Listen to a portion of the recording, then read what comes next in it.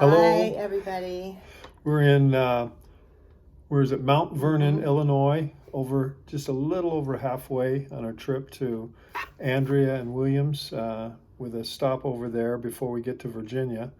Um, we just wanted to tell everyone, first of all, thank you so much for the Yeah, thank you. very You guys generous are love gift. something else. Thank you too for the computer that I will make good use out of. The picture of the mountains that I will hang in my office and show everybody what And it my looks like. bracelet, I'll always remember you by that bracelet, Uh, ladies. well, we are very blessed people, and we thank you guys for putting up with us for 17 and a half years. I know these are some trying times. We understand that. Along the way, we have been faced with one of our hotel rooms that was closed down, the whole hotel. We showed up and they said, oh, no room. Certainly didn't feel like Joseph and Mary, but there was a place across the street that we were able to get a room for the night. But we just wondered along the way.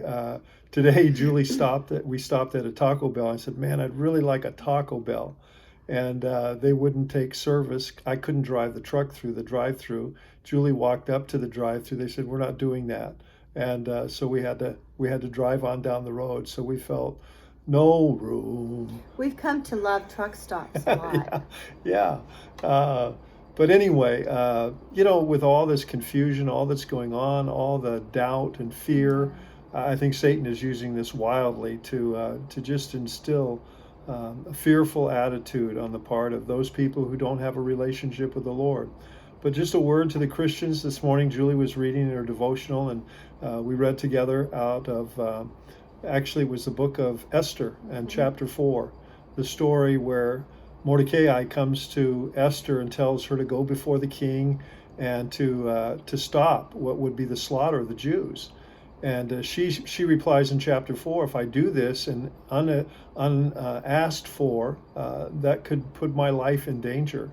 And Mordecai came back and said, if you don't do it, your life may still be in danger. You could die and your family be cut off, and God would use someone else. And so Mordecai told her, for such a time as this. And I think for Christians, that's the time it is. For our church at Littleton, for such a time as this, we hope that each one of you will step up and say, what can I do to minister, to be a help, to be an encourager, to share my faith? There are people all around you that are asking questions, and we as believers have the hope and the help that the world needs. It's not an antivirus. What it is the Lord. And when people know the Lord, everything else really works out. So I was thinking of a couple of verses in the book of Romans in chapter 12 where Paul divides the gift, and he said that those gifts are divided by the Lord by means of the Holy Spirit on the basis of faith. And then I was thinking too in Hebrews chapter 11, that great chapter of faith, whatsoever is not of, or excuse me, that was Romans 14:23. So whatsoever is not of faith is sin. And so we are to exercise our faith in times like these to show the world around us that we do have hope and we do have help in the Lord.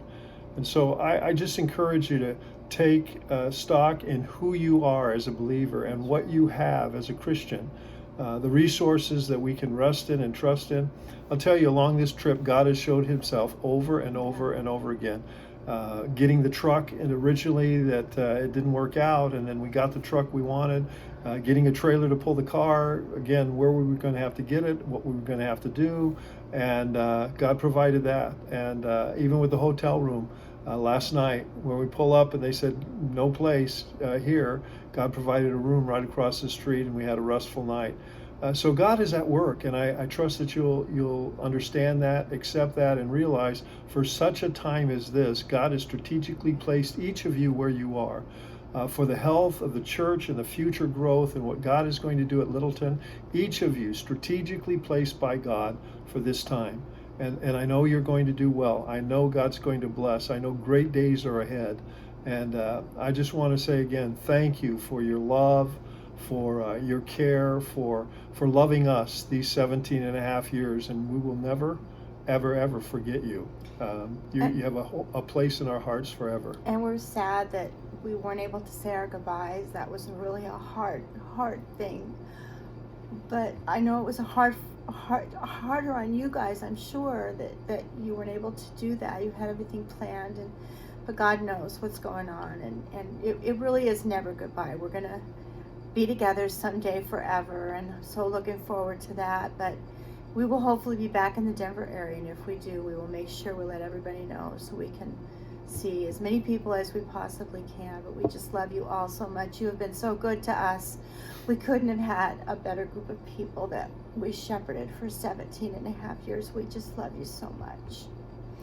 We found out today too that they were going to have a special going away service for the former pastor there in Virginia, and due to the circumstances of this virus, they've had to cancel their service, so they're not going to have a going away for their pastor. And I don't even know if they're going to have a revival or a rival party for us as they intended. So we don't know what's happening, but again, God does, and we don't know what's going to happen tomorrow. But we do know the God who does know, and He's taking care of us and everything else, and He's going to take care of each of you. So we just want to pass on this message of our love, our thankfulness. Again, thank you so much for your generosity, for the gifts. We will never, never, never forget our time at Littleton Baptist. We send hugs to all of you. God bless you. Love you. Thank you. Bye-bye.